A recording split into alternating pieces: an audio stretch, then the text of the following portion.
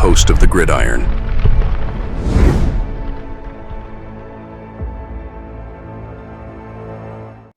Talking about Locke getting the nod over Tommy Chicken Cutlet Parmesan. So, you know, the one thing with Locke, right, is that, you know, I gave him some credit. You know, I think he did some nice things. Obviously, you know, will he be back next year? Probably not. But as I tried to give him some credit after the game was over. I mean, I thought he did some. He was 21 out of 31. Yeah, that pick six and that fumble. I mean, it's always the woulda, coulda, shoulda kind of thing. If you take those two turnovers away, right, maybe it's a different game. We lost by 7 points.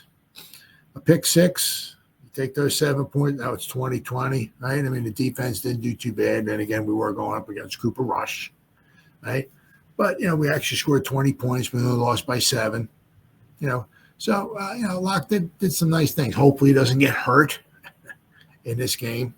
I'd feel bad for him. You're excited for him, but you also feel kind of bad. We're not sending him in there to get hurt. But, so they got Giants bypass, Tommy Chicken Cutlet Parmesan with his clean health, right, for a Drew Lock start. Giants keep playing musical chairs with their quarterback depth chart. And Brian Daboll's explanations don't exactly provide detailed reasons why. Drew Lock will start Sunday against the Saints after starting on Thanksgiving in the 27-20 loss to the Cowboys. Tommy DeVito will serve as Lock's backup after missing the loss to the Cowboys with a forearm injury. Locke got his chance to start that game because DeVito, who had started the previous week in their 30-7 loss to the Bucs, could not play after Daniel Jones obviously was benched, and we know what happened there. It was the third stringer DeVito, not Locke, who was elevated to the starter while Locke remained the backup. You know, I'd be a little ticked off if I was Locke, right? So if DeVito, who is a full participant in practice on Thursday, is healthy enough to play, which the plan for him to be active and backup suggests, why does he not return as the starter? Interesting. Locke did some good things in Dallas, Daboll said before practice Thursday. We're going to give him an opportunity to have a full week of practice and go out there and play in a game. Tommy practiced Wednesday. He's better than he's been, so he'll be the number 2. So, you know, maybe he's still a little nicked up, right?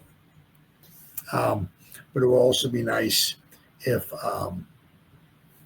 with Locke, right? Because, I mean, it was kind of like last week or before the Cowboy game. It was kind of like, he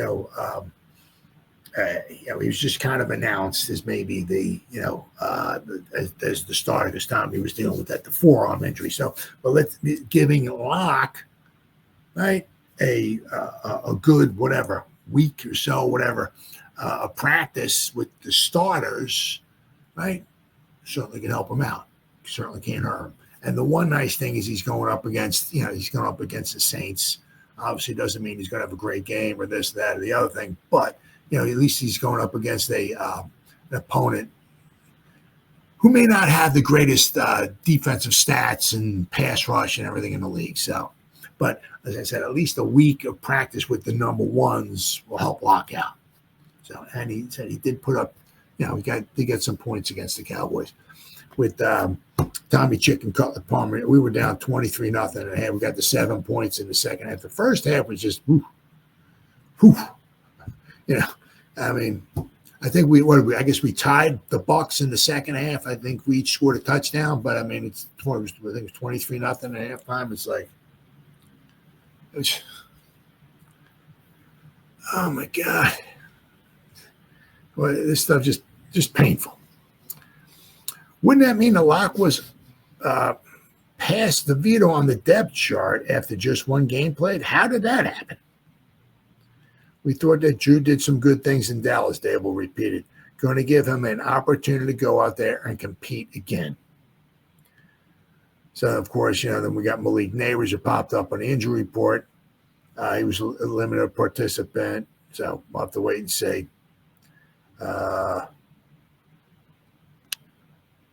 Yeah, so it'd be interesting to see. This was kind of funny too. Yeah, defensive coordinator Shane Bowen tried to diagnose what's behind the Giants' tackling woes. I think staying on our feet, Bowen said, making sure we're staying on our feet, casting the net, not letting our feet die on contact. These runners are strong. If your feet die on contact, you end up falling off. So trying to stay on our feet, get as many cleats in the ground as we can, and keep these guys up. Whenever you're trying to go to the ground and make a tackle, it's probably not going to end well. Just basic technique and fundamentals in the open field, being able to close the space. I mean, it's the thing that just boggles my brain, right, about these tackling woes is these guys. A lot of maybe a lot of these guys have been like, some of them, not all, but a lot of them play like pee-wee football, then your high school football, then your college football. I mean, it's like, a lot of these guys, they're where they're at because they're tackling. Right. And it's like all of a sudden we just can't. It's like it's unbelievable. It's unbelievable. It's just absolute total mess. It is a shame because the defense in the beginning of the season usually was kind of like, it was always I'll tell you what, that Bowen's defense pretty good. Even when the Commander game, when we gave up 315 field goals, of course we couldn't stop them, but we stopped them when they got into the red zone. Right, but they never scored a touchdown. So it was always like something good about every game. But just lately, it's just like, and now, if Dexter's not in there, it's like, holy cow. Then you figure the other thing is that with our two edge rushers, if one of those guys gets injured or has to take a breather or something like that, whoever comes in and takes his place is kind of like, so. We're in a lot of trouble. But that's why they play the games. You never know. A couple bad bounces or a bad call, this, but whatever, or something like that. Giants be right in this game. So.